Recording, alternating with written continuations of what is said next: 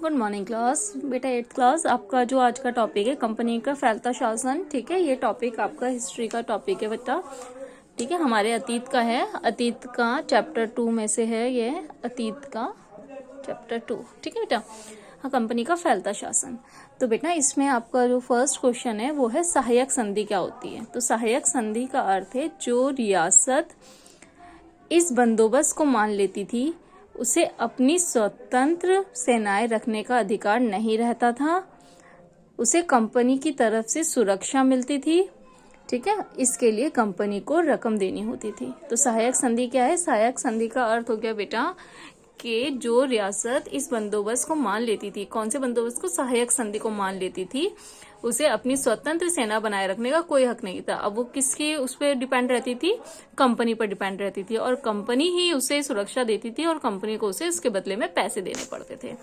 Next question है आपका कि टीपू सुल्तान ने अपनी रियासत की बंदरगाहों से कंपनी को काली मिर्च और इलायची का निर्यात रोक दिया था, इसलिए टीपू सुल्तान और अंग्रेजों के बीच में क्या हो गया था? युद्ध हो गया था, क्योंकि टीपू सुल्तान ने कहा कि मेरी रियासत से, मेरे एरिया से आप सामान नहीं ले जा सकते। दूसरा क्या करा टीपू सुल्तान ने?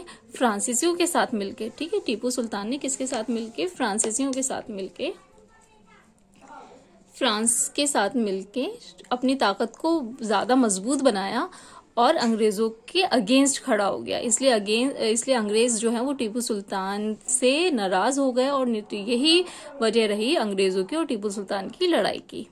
उसके बाद बात आती है बेटा, आपको पता है कि पानीपत की 3 लड़ाई हुई है। पानीपत की तीसरी लड़ाई जो हुई है पानीपत स्थान पे, वो 1761 में हुई है तीसरी लड़ाई। ठीक है, पानीपत की तीसरी लड़ाई, और ये हुई है अंग्रेजों के और मराठाओं के बीच। किसके? अंग्रेज और मराठा। ठीक है, अंग्रेज और मराठा के बीच हुई है।